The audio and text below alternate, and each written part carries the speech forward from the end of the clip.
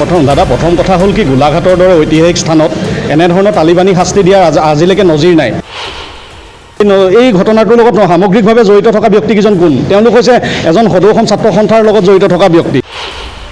গোটেই বিষয়টোৰ লগত যিসকল দোষী জড়িত হৈ আছে তেওঁলোকক দৃষ্টান্তমূলক শাস্তি দিব লাগে। আইনৰ যাতে কোনো সুৰুঙাৰে দি তেওঁলোক বাহিৰ হৈ আহিবলগীয়া নহয়। কোনো ৰাজনৈতিক ক্ষমতাশালী পোষ্টৰ ব্যক্তিৰ যাতে হস্তছায়াত যাতে তেওঁলোক যাতে বাচি আহিব নোৱাৰে, এই কথাবিলাক ক'ব লাগিব।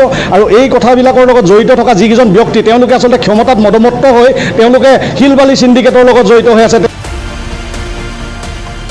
মানে ল'ৰাই কৈছে যে ৰাইজে কৈছে মানে মাৰিলে কোনে কোনে, কিন্তু মৰা নাই দেখা মই।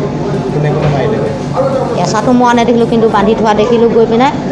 তাৰপিছত আৰু মৰা মানুহ আছে, মানে বহুতকেইটা আছে মানুহ আছে। ৰাজু শ্ৰেষ্ঠ, তাৰপিছত আছে শংকৰ, সিহঁতৰ ককাই ভাই 3জন আছে। ভাইকন এই হেমন্ত আছে, চুনমুন আছে, কৃপালো আছে লগতে। তাৰপিছত ননকিও আছে লগতে। মানে এতিয়া সহায় কি বিচাৰিম, মানে আমি খালি লোৱা ভাল। আমাক যেনেকা কৰিছে সেনেকা সিহঁতি শাস্তি খাব লাগে, এইটোৱে আমি জনালোঁ। আৰু সিহঁতে আমাক যেনেকা পানিছমেণ্ট দিছে সিহঁতিও পাব লাগে, মই এইটোৱে জনাইছোঁ। আৰু শ্ৰেষ্ঠ মাৰিছে, সিহঁতৰ 3টা ককাই ভাই মোক মাৰিছে। আৰু চুনমুন কোৱা একজন মাৰিছে মোক, সিহঁতৰ খানদানে হয় গোটেইখিনি। আৰু নুমল কোৱা ব্যক্তিজন একজন মাৰিছে। হেমন্ত কোৱা ব্যক্তিজন মাৰিছে। হেমন্তৰ মাইকীও মাৰিছে চেণ্ডেল খুলি খুলি। তাৰপিছত শংকৰে একদম আঙুঠি একদম ঘোচা মাৰি মাৰি বেকা কৰি দিছে, এনেকুৱা মাৰি মাৰি। অঁ, শংকৰ শ্ৰেষ্ঠ, ৰাজু শ্ৰেষ্ঠ চবেই মাৰিছে। তাৰমানে এনেকুৱা লাট মাৰিছে, ঘোচা মাৰিছে পূৰা একদম। এইটো এনেকুৱা মটৰ চুৰ হৈছে বুলি কৈ দিছে আমাক। তাৰপিছত আমি সচৰাচৰ কৰাই নাই আমি এইবোৰ কাম। আমাক এনেই এইবোৰ ফচাই পিনে আমাক এনেকুৱা কাম কৰাইছে এনেকুৱা। আৰু আমাক নিমখ আনিছে, জলকীয়া আনিছে, এনেকুৱা অপৰাধ কৰিছে, এনেকুৱা মাৰিছে। এতিয়া মানুহবোৰ পলাই ফুৰিছে, এতিয়া গৈ পিনে পলাই ফুৰিছে। এতিয়াতো একো কৰিবই পৰা নাই না, ধৰিব পৰা নাই।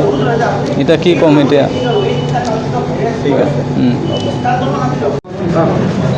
কালি যি ঘটনা সংঘটিত হ'ল, এতিয়াও অপৰাধীকেইজন মুকলি আকাশত হ'ল।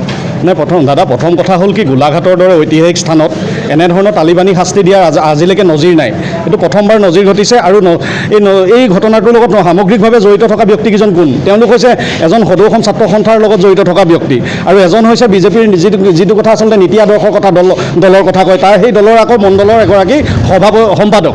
আচলতে তেওঁলোকে যি ধৰণে অমানৱীয়ভাৱে যেনেধৰণে এই নাবালক যুৱক দুজনক সন্দেহৰ ভিত্তিত যেনেধৰণে প্ৰহাৰ কৰিলে, আমি আচলতে সদৌ অসম জাতীয়তাবাদী যুৱ ছাত্ৰ পৰিষদে প্ৰথমতে গৰিহণা জনাইছোঁ। এনেধৰণৰ কাণ্ড অসমৰ কোনো প্ৰান্তত হ'ব নালাগে বা ভাৰতত এনেকুৱা ধৰণৰ ঘটনা ঘটিব নালাগে। আৰু দ্বিতীয় বিষয়টো হ'ল কি, ধনশিৰি প্ৰশাসনে আজিৰ তাৰিখত এই বিষয়টো কেনেধৰণে লৈছে।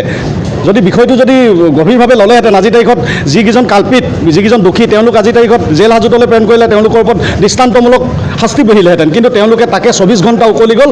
আজিলৈকে গোটেই ঘটনাটো এটা গাপ দিয়াৰ দৰে এটা পৰিৱেশ সৃষ্টি কৰি ৰখা যেন এটা পৰিৱেশ সৃষ্টি কৰিলে। আচলতে এনেধৰণৰ কাণ্ড হ'ব নালাগে। অসমত পুনৰ অভিনীল কাণ্ডৰ দৰে যাতে এই মৰেল পুলিচৰ দৰে যাতে কোনোবা যুৱকে যাতে প্ৰাণহানি হ'ব নালাগে, এই কথাখিনি আমি জনাইছোঁ। আৰু প্ৰশাসনক এই বিষয়টো অত্যন্ত গভীৰভাৱে লৈ পেলাই এই গোটেই বিষয়টোৰ লগত যিসকল দোষী জড়িত হৈ আছে তেওঁলোকক দৃষ্টান্তমূলক শাস্তি দিব লাগে। আইনৰ যাতে কোনো সুৰুঙাৰে দি তেওঁলোক বাহিৰ হৈ আহিবলগীয়া নহয়। কোনো ৰাজনৈতিক ক্ষমতাশালী পোষ্টৰ ব্যক্তিৰ যাতে হস্তছায়াত যাতে তেওঁলোক যাতে বাচি আহিব নোৱাৰে, এই কথাবিলাক ক'ব লাগিব। আৰু এই কথাবিলাকৰ লগত জড়িত থকা যিকেইজন ব্যক্তি তেওঁলোকে আচলতে ক্ষমতাত মদমত্ত হৈ তেওঁলোকে শিলবালি চিণ্ডিকেটৰ লগত জড়িত হৈ আছে। তেওঁলোকে চৰকাৰী ভূমি দখল কৰি পেলাই তেওঁলোকে ৰবৰ বাগান খুলিছে। এইবিলাক কথা ৰাইজে বিবেচনা কৰিছে। আৰু অনাগত দিনত এইবিলাক যদি ৰাইজে যদি ন্যায় দৃষ্টি ঊৰ্ধ্বতম কৰ্তৃপক্ষই যদি ন্যায় দৃষ্টিৰে বা ৰাইজক যদি ন্যায় নিদিয়ে, কিন্তু অনাগত দিনত সমাগত বালিলে জীপাত হৰ বোলে হুক দিবলৈ একেপাতেই। অনাগত কিন্তু ৰাজনৈতিক কোনোবা ব্যক্তিয়ে যদি এই বিষয়টোত যদি সোমাই যদি তেওঁলোকে যদি আজিৰ তাৰিখত ৰং ৰহস্য কৰিছে, তেওঁলোকক কিন্তু অনাগত দিনত জনতাই কিন্তু ইয়াৰ উচিত প্ৰত্যুত্তৰ দিব। সমাজক লজ্জানত কৰিব পৰা আচলতে সমগ্ৰ গোলাঘাটবাসী হিচাপে লজ্জানত কৰিব পৰা এটা অতি বৰ্বৰ নিন্দনীয় বিভীষণ ঘটনা সংঘটিত হৈছে চুৰিৰ সন্দেহত দুজন যুৱকক নিৰীহ দুজন যুৱকক যিদৰে গুৰুগোলাকৈ মাৰপিট কৰিলে সমগ্ৰ অসমবাসী ৰাইজে এইটো কাণ্ড স্তম্ভিত হৈ পৰিছে আৰু এতিয়া ডাঙৰ কথা এই কাণ্ডৰ লগত জড়িত যিকেইজন ব্যক্তি এটা জাতীয় সংগঠনৰ ব্যক্তি বুলি আমি গম পাইছোঁ আৰু এজন তাৰে স্থানীয় ৰাজু শ্ৰেষ্ঠ যিজন সৰুপথাৰ সমষ্টিৰ স্থানীয় বিধায়ক বিশ্বজিৎ ফুকন অতিকৈ ঘনিষ্ঠ এই ঘনিষ্ঠ ব্যক্তিজনৰ নেতৃত্বত এই কাণ্ড সংঘটিত হ'ল আমি এই মুহূৰ্তত কৃষক মুক্তি সংগ্ৰাম সমিতিৰ তৰফৰ পৰা দাবী উত্থাপন কৰিছোঁ 24 ঘণ্টা উকলি গ'ল কিন্তু এতিয়ালৈকে ৰাজু শ্ৰেষ্ঠ ওৰফে এই কাল্পিতকেইটা কিন্তু আৰক্ষীয়ে গ্ৰেপ্তাৰ কৰিব পৰা নাই আৰক্ষীৰ ভূমিকাও যিহেতু ৰহস্যজনক সেইবাবে আৰক্ষীৰ লগতে এইকেইজন ব্যক্তি অতি সোনকালে তদন্তৰ আওতালৈ আনিব লাগে আৰু কঠোৰতকৈ কঠোৰতম শাস্তি বিধিব লাগে যিকোনো খবৰৰ বাবে যোগাযোগ কৰক 7099017330 লগতে 7099017110 নম্বৰত।